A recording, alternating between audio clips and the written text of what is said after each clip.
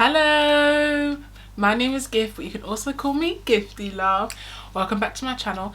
This is gonna be a super quick anti-haul. I literally, last time I filmed one, I was like, so gonna be a regular piece of content on my channel. It's gonna be great, it's gonna be lovely. And then I never did it again. But I'm here today to do it. I'm not going to do loads and loads of products. I'd rather just kind of go into depth and talk about the interesting ones that I think are interesting. I will, pardon me, try and make this something that is regular. Gonna go through a trend read like everybody else, but you know, add my own spin. Hopefully I'll put the pictures here so you can see them. Alright, so the first one I want to talk about is Fenty Beauty. So Fenty, Mrs. Rihanna Fenty. Is that the right way around? So there has been a trademark filed for Fenty hair. So when I saw this, I was like, oh, I was excited because at first I thought it was going to be like hair, like wigs, and I was like, she has to do a wig that's like the iconic red wig that she like, that just at the 2000s it was red hair because of Rihanna. She was the moment, and I was like, oh, she's gonna like do a line of wigs, but I think it's going to be hair care products, and I think it's going to be really, really interesting because I think Fenty Beauty, I mean, definitely changed the game, has done a lot in that space. Fenty Skin has been okay. I haven't really been seeing too many releases from them. Apart from the launch, I haven't really seen that many people talking about Fenty Skin. It's like, yes, this is my go-to thing for this. I think because a lot of them are scented, so if they come with an unscented line, I think that might re-up the Fenty Skin. But I don't really hear much about them, which is a bit of a shame because I was really excited for that launch. But I actually do want to try something from there because I don't like wearing sunscreen every day. I know you should, but like I know I don't, and it's because I'm indoors and I like to close the blinds. I get migraines, so I know I'm probably still getting UV, but I just don't wear it that much. But I really want to try and get into regular sunscreen, and I think if I get the like, I think called the visor, there's a moisturizer that has SPF in it. I think if I have that, that'll at least offer me a bit of protection plus my melanation. That would allow me to be okay. So I think I want to try Fenty Skin, but this Fenty hair is really interesting. Rihanna is known for her iconic like, hair, but I wouldn't say her natural hair has been the thing that people like love and lust after. So I'm going to be interested to see how she like does the campaign for that, like how she does the visuals for that, because she's like the queen of visuals. And just overall like what her vision for that is, because I think it could really be big if she wanted it to, because I know Tracy Ellis Ross came out with her brand, oh I forgot the name, I think it's just called Curl, oh I can't remember, I'm sorry, but it looks really cool. The branding is beautiful. I see a lot of campaigns. I'm subscribed to the mailing list because I do want to try one of their products one day, but they're shipped to the UK unfortunately, so that's why I'm excited for Rihanna's one, because I know it will definitely be available in the UK. Not just in the UK, like Rihanna works really hard to make it accessible everywhere. That's why she sells like Boots and Harvey Nichols and online and all these different things. So overall I'm really excited for Fenty hair. I'm excited to see what comes of it, and like kind of what kind of products they offer, and like how inclusive it is in terms of like making sure they have products with 4C hair and use models that actually have 4C hair and things like that, you know what I mean? What's behind me? Next on the shopping block is these monocolor couture by Dior. So it's basically single shadows by Dior. They come with a useless brush that you're not going to use. It's like the old school like foam sponge on a stick kind of brush. They come in, it seems to come in 1, 2, 3, 4, 5 colors. Delivers long lasting finish with intense color. So it's 5 colors: a matte black, a satin brown, a soft satin beige, a glittery gold, and a velvety red. Single shadows are really interesting. So I feel like when it comes to single shadows, indie brands and i.e. independent brands are really killing it, and they make such good quality single shadows for a really, really affordable price. And I'm looking here, and these ones are $30 each, and that's roughly what, 15 quid. I just think when you've got places like JD Glow or even just other brands that do single eyeshadows, even if they're not independent, like there's just so much more better options out there for single shadows. I don't know why you'd go for Dior. I think the trend for like really small curated palettes is definitely in. People want like quads, people want max like 12, really max 18 color, but really like 12 and under eyeshadow palettes, really curated, really specific color story, not necessarily monochrome, which some people think is like, no, just a real curated color story, because like we only have one pair of eyes, you know what I mean? The trend is towards that, so I can see why, like, I saw a release a couple of weeks ago by Urban Decay, some single shadows. I see why there's that trend to like, rather than just releasing these quads that some people like, some people don't like, releasing single shadows to allow people to like build their own palette of curated colors in a color story that they like. I can see why they'd want to do that, but I just think, I don't know who's checking for Dior for their eyeshadow, and I don't know who's checking for Dior's eyeshadow is as a single. Like, I'm just trying to think, because I know like maybe mature women will just like something quick and easy to go, but I think again something like a Charlotte Tilbury quad, or just a quad in general, just to slap on the like, you know, put something in the crease and put a glitter on and go about your day would make sense. Because if you just have one of these, I don't know anyone that just wants a single black shade of eyeshadow that they just take in their bag with them, because the packaging is quite, looks as if you just, it's like a compact, it's not just like a little shadow that's really cute and you can just pop it. It's like it's a compact, so like I don't know how many people travel around with one color in their compact. It's not a bronzer. Like it's not really making sense. I can see the vision, but it's not really making sense.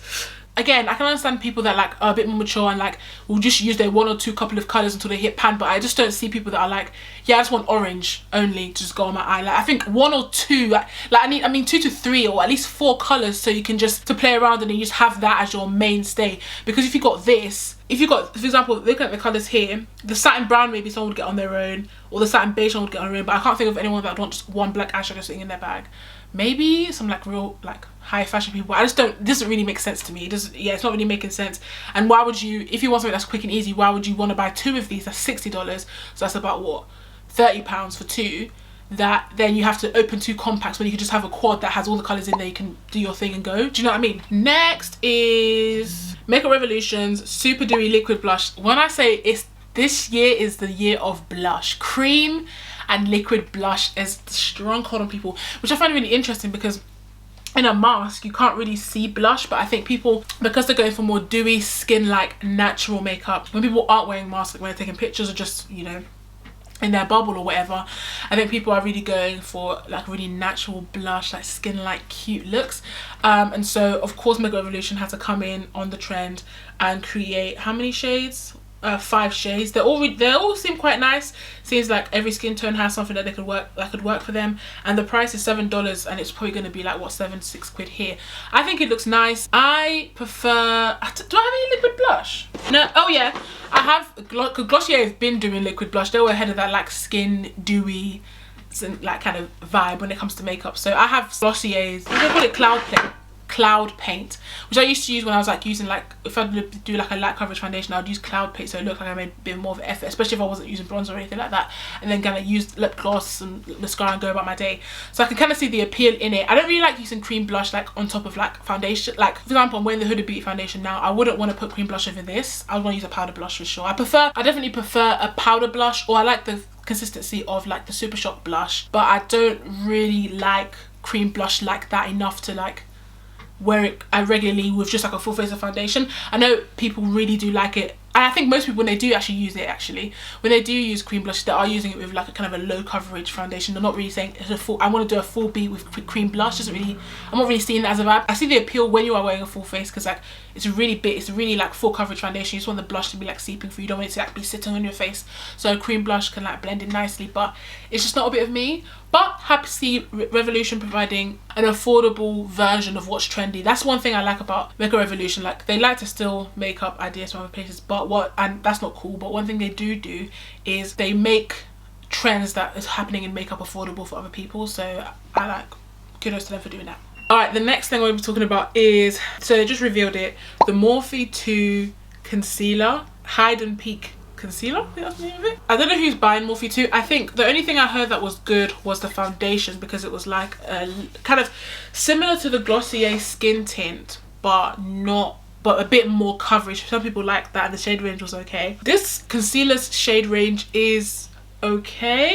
It seems like the gradient is okay. I think I have a contour shade in there, maybe probably an under eye shade, but it's okay. I don't buy from Morphe.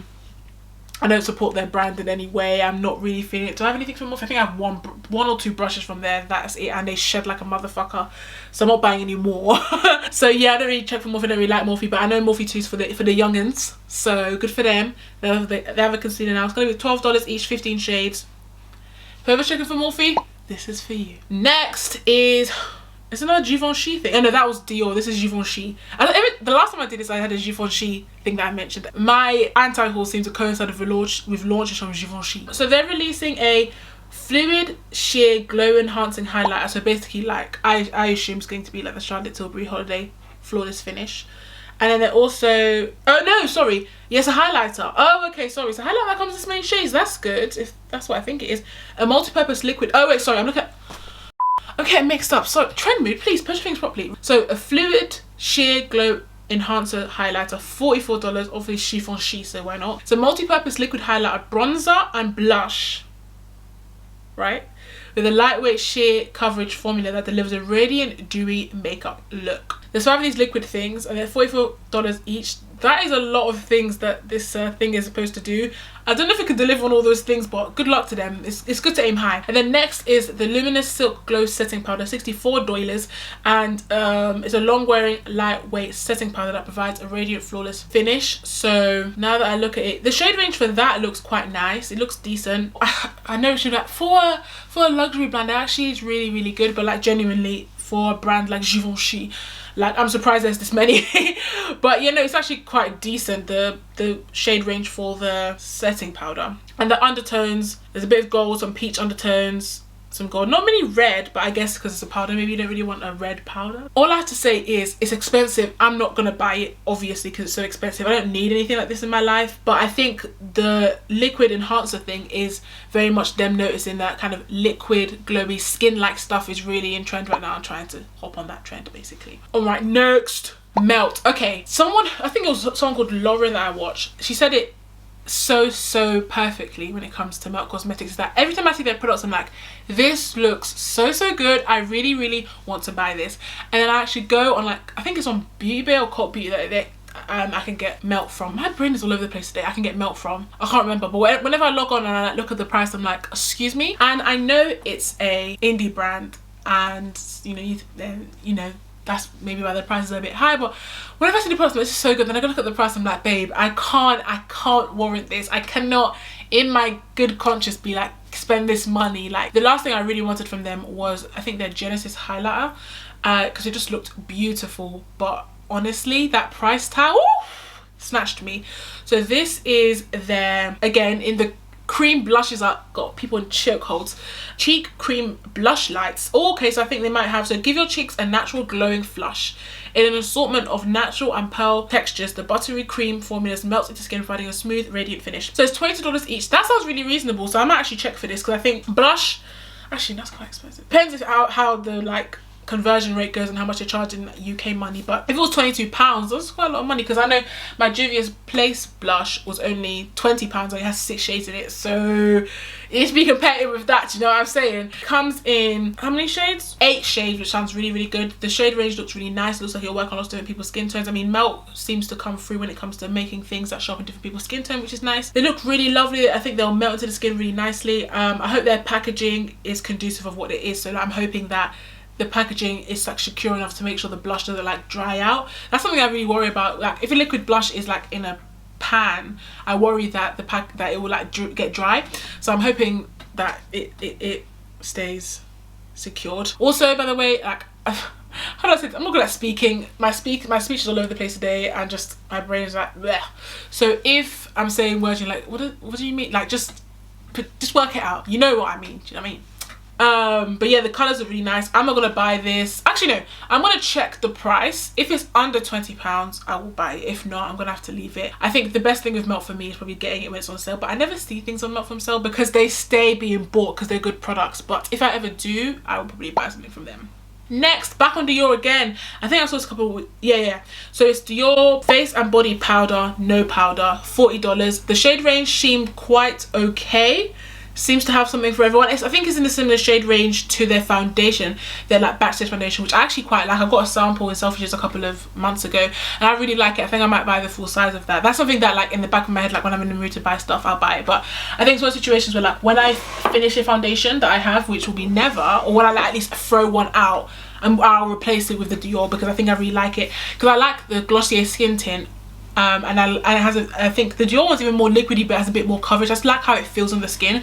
So because I like the Glossier Skin Tint, I like the sample I have, I know I'll really like the full bottle of this one. I think it'll be MAC every day. Even though it's sometimes the undertone with it is a bit so it's not the perfect undertone like this foundation, the Huda Beauty one. But anyway, this powder looks nice. The Forever and Ever foundation seems to be quite inclusive and also just quite like nice and decent, and it works on a lot of different people. Powder, I mean, I'm not saying because people that in like my circle of people like dewy skin like natural finish, it means everyone in the world is liking that, but I think coming out of a powder when people are wanting natural glowy, letting your skin shine through is really interesting. But I'm sure there are many people that have oily skin that a powder like, you know, powdering your face is non-negotiable, so they need something like this. So I can see that the appeal of having something like this. Those coming out with a setting spray, a Forever Skin Veil Primer, and a Rouge Dior refillable lip balm. I mean, I go and try to do sustainability, so go off, I guess. I'll try and include pictures of all of them if I can, but overall this seems like a good launch. It all feels like it goes together. Quite expensive, but it is Dior, and it's nice to know that like if you like the foundation or the backstage foundation, that you have like a nice powder in the exact same color. Hopefully actually the colors from the backstage translate into these powders, but if they do translate really well, it'd be nice that you can like finish it off in this really nice way, like together, and hopefully the products pair really well. That would be my hope with this, that the products pair and the colors translate properly over, because that can be a real issue when you're like, oh, I'll just get this powder in like the same color of my foundation, and the powder just knocks the whole thing and makes it look all a bit awkward. So let's hope, let's pray. Next I've got Meora Cosmetics. I've never heard of this brand before, but the embossing and the gradient in this product is just like, it's so pretty. When you see the swatches, it is just the one color, but it's one of those situations that it just looks so pretty. You're like, it's pretty. Do you know what I mean? The shades look nice. They look like they'd be quite inclusive. They look like they would work on a variety of skin tones, is what I'm trying to say. I think visually I like that it's ombre. It looks really pretty, but I don't get the point of it in terms of like what it does on your skin. Like when in the swatches, I can't really see a gradient. I just see the solid color. The solid color is nice, but I can't see a gradient in that. I'm not really sure. But overall, it looks pigmented, it looks beautiful, the embossing is nice, the gradient looks lovely. So it's cruelty free and vegan. So, and I think, I've never heard of this brand, so I'm assuming that it might be quite a small brand. Let me see if they're tagged, hold on. How much are they? It does, oh, $9! See what I mean? Like, the indie brands are killing it. Like, they can provide really good, fun, interesting stuff, and the price is making sense because it's powder. Like, it's powder, colourful powder. It's like based in LA. PR inquiries go here. I mean, I don't know if they're an indie brand. They have the visuals of an indie brand, and they like seem like it, but they seem kind of cool actually. I might try some of their stuff considering the price of it. Let's see if they deliver to the UK. That's the biggest gripe I have. But yeah, it looks beautiful. It's $9. Like, it's what I'm saying. So and this is a powder blush, which I prefer. So I think if I had to choose between the $22 melt blushes and this, I would pick this. Is $9 and it looks gorgeous, and the colors and just the embossing, the whole thing together is giving more for $9 than I guess melt is for the 22. So yeah, that's really pretty. It's really pretty. All right, last but not least, I feel like a couple of people were making videos about this, but I'm gonna make a video about it anyway. Oh, so I just got distracted by a comment. So Jaclyn Hill is coming out with more lipsticks. Woo! Do you know what's really bad is that I didn't know who Jaclyn Hill was until I heard of her when Jackie and I did a review of the Vault palettes, and they weren't good. I was just like, oh, that's not good. I heard of her when the lipstick scandal happened, so that is my background information on who Jaclyn Hill is. I watched a couple of videos on like her come up and her like evolution, and she's been like in the beauty game for a long time on YouTube. She's a master seller and seems to be a manipulator, but she's like really good at selling, and she has a really like tight hold and like relationship with her audience, and that seems to be able to carry her through controversy after controversy. So after her initial launch, which I won't go into because there's so many videos about her initial lipstick launch and how bad it was, she's 2 years later coming out with liquid lipsticks now, some lip liners. I'm not interested because coming out with lipsticks when everyone's wearing a mask I would say is not the best shout.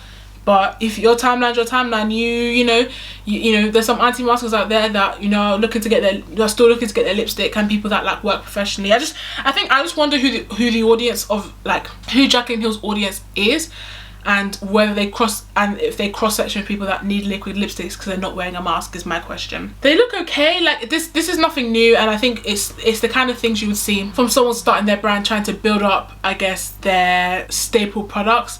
But it's just a bit weird to see this in the order of things that have happened for her, like, as a brand. So it's like the horrible lipstick release that she never has really talked about, and then you've got the like limited edition highlights are actually available for a couple of months after the limited edition thing, and then these mystery boxes that apparently weren't very good, and people have kind of just brushed over and was like, okay. And then also she's come out with these like I think blush and bronzers that are just not going to be for every skin tone. But my thing with that is I'm like, as a makeup brand, you should be coming out with things in a variety of skin tones, but also I'm like, what black people or dark skin people actually checking for Jaclyn Hill's brand? And so for me, I'm like, I feel like on a level she kind of knows that, and she's like, I don't really need to be doing that much for them because there's not really a lot of black people checking for me that way. Like, I'm not saying there's no black people that like Jaclyn Hill, but like, I just don't know. You should, as a makeup brand, make makeup for everybody, but I'm just like, also like, what's her incentive to do so? Because like, who is in the audience? You're making it for your audience, you're not making it for like an everyday consumer, because an everyday consumer isn't going to buy from your brand. They're going to buy from like long-standing trusted brands that they're used to buying from. Do you know what I mean? So like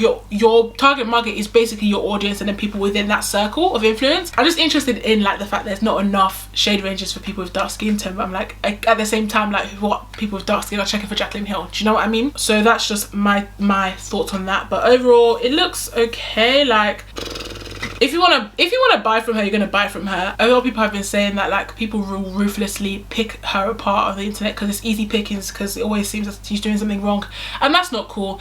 However, I think the people that are like getting angry and maybe comment or are upset or are trying to warn people not to buy from her, I think it's a fair thing to like warn people like, this person isn't like, don't buy from this person. They are not a trusted source of makeup. They may be good for makeup advice, maybe the people have learned some really great tips from her, but makeup products from her don't seem to have a good track record, and so based on that, I wouldn't recommend purchasing this. I'm not interested in any way from buying from this. I have no allegiance to her. I didn't know who she was, and I still don't really know who she is. She's not someone that I'm really interested in. She's not going to be making makeup tips for me, so I'm just like most people, I'm going to pass. But it's probably going to be a successful launch because people don't like to hear things they don't want to hear. That's just the way people are, and so she's gonna keep continuing doing what she's doing. So let's see. I feel like there are a lot of brands that have started in the last couple of years that are brands that will be successful, but they're not gonna have a legacy. They're not gonna have longevity. They're not brands that are gonna be like in 20 years time we're like, wow, like they've come up with so many great products. Like, they're long standing. They've built up a really good relationship with like people all across the world. They're like a world renowned kind of, do you know what I mean? Like, I feel like there's only certain brands that really can stand the test of time and are releasing and creating things that really cater to the people that love makeup as an art and love makeup as every day, and just brands that have longevity to it. Like 20 years time, 30 years time, 50 years time, this is a brand that will continue because they started good, they have good foundations, and they have products that people are going to love time and time again and come back to. And I don't know, and there's a couple of brands that influencers have started now that I don't know have that longevity, and I'm not saying every time you start a business it has to last 50 years for it to be successful. Like, it can have a really strong one 5 years and you close the brand because it's not getting where you want it to go, or your priorities change about what you want to do with your brand and business, and like maybe makeup isn't popping anymore for what you like in terms of your interest, and that's perfectly okay. I just don't feel like Jaclyn's brand is, I mean, she might just push on but out of pride or whatever, but I just don't feel like right now, based on what I understand about her and her brand, I just don't think it has the longevity that maybe other brands have because of the way she handles business. So I feel like it will have a really strong run because her audience love her and are very loyal to her, but I just don't know, in 20 years time people will be like, oh yeah, Jaclyn Cosmetics was really that brand, like I still use their lipstick to today, like, you know what I mean? But there's nothing wrong with that, and so she can have enjoyment and the money now. I'm sure she'll, you know, she's quite good at pivoting, it seems, so I'm sure she'll pivot into whatever's cool and trendy at that moment. And there's always going to be like a niche of people that love makeup and like are like involved in the influencer circle. I don't think influencers are just going to go away, but I'll just be interested to see the power of influencers and how that shifts as time goes on, because I think big creators do carry a lot of clout and can make trends, but really the people that are making trends and like changing the landscape of that makeup or different niches aren't the big creators anymore. It is the small creators that are really making those waves and creating content that people really want to see because they want to feel more connected to the people making the content. But that's my piece on that. So thank you for watching. I try to keep this one short because, you know, I could go on and on and on about this makeup release and this makeup release, but I just want to talk about ones that I thought were interesting and just to dip my toe back into filming videos because I've been away for a while, so I'm trying to take it easy myself. But thank you so much for watching. I hope you enjoyed the video. Comment down below any makeup releases you're really interested in and like what you think about what the market is saying right now. Dewy skin like finishes with cream blush, kind of soap brows, liquid highlight, all that stuff is really what's in right now, kind of like what I've created. I mean, I wouldn't say this is a natural cute beat, this is definitely like makeup but you know what I mean, like it's not like contour all matte kind of situation. It's quite, I've tried to, you know, make it cute, you know what I mean? Anyway, thanks so much for watching. I hope you have a lovely day, week, month, year, life, and I hope to see you in my next video. Thanks, bye.